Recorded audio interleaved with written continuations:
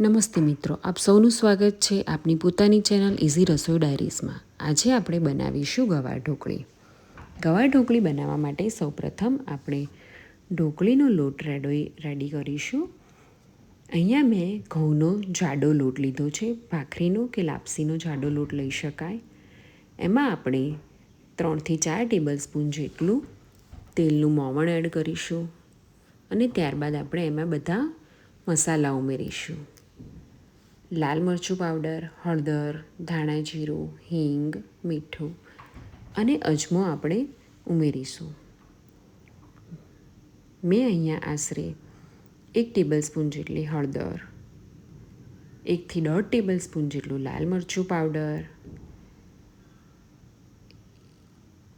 1 tablespoon જેટલું ધાણા જીરું પાવડર, અડધી ચમચી જેટલી હિંગ અને સ્વાદ અનુસાર મીઠું લીધું છે. અને લાસ્ટમાં આપણે 1 ચમચી જેટલું અજમો ઉમેરીશું. આ બધા જ મસાલા આપણે લોટમાં સરખી રીતે મિક્સ કરી દઈશું. ઢોકળીના લોટમાં મોવણ સારી રીતે નાખો જેથી આપણી ઢોકળી સરસ રેડી થાય. આવી રીતે દબાવીને આપણે ચેક કરી લેવું કે મોવણ આપણે બરાબર ઉમેર્યું છે.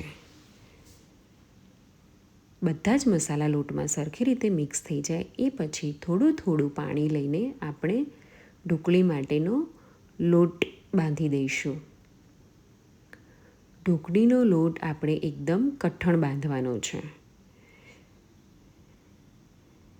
આપણો લોટ રેડી છે. આપણે આવી રીતે લોટ ચેક કરી લઈશું કે આપણો લોટ કઠણ અને સારો બંધાઈ ગયો છે.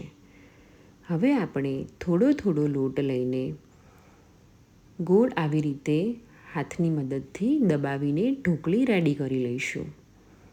ત્યારબાદ આપણે એક પેનમાં આશરે 3 ટેબલસ્પૂન જેટલું તેલ લઈશું અને તેલ સરખી રીતે ગરમ થવા દઈશું. તેલ ગરમ થઈ જાય એ બાદ આપણે એમાં અજમો અને હિંગથી વઘાર કરીશું.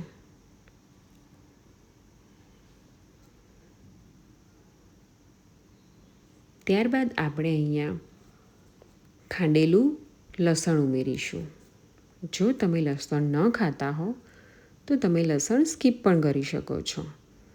લસણ તેલમાં સરખી રીતે સતળાઈ જાય એ બાદ આપણે ધોઈને સમારેલું 1 થી 1.5 વાટકી જેટલો ગવાર ઉમેરીશું. ગવારને આપણે તેલમાં સરખી રીતે સાંતળી લઈશું.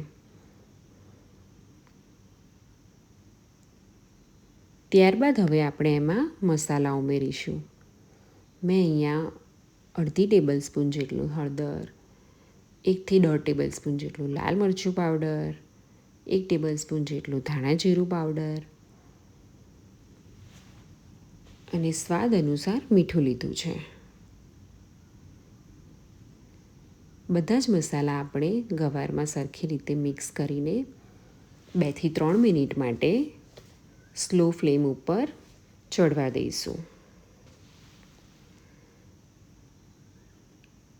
હવે આપણે 2 થી 3 ગ્લાસ જેટલું પાણી ઉમેરીશું અને પાણીને આપણે સરખી રીતે ઉકળવા દઈશું. આપણે જોઈ શકીએ છીએ કે આપણું પાણી સરખી રીતે ઉકળી ગયું છે. હવે આપણે હાથની મદદથી દબાવીને રેડી કરેલી બધી જ ઢોકળી પાણીમાં ઉમેરી દઈશું.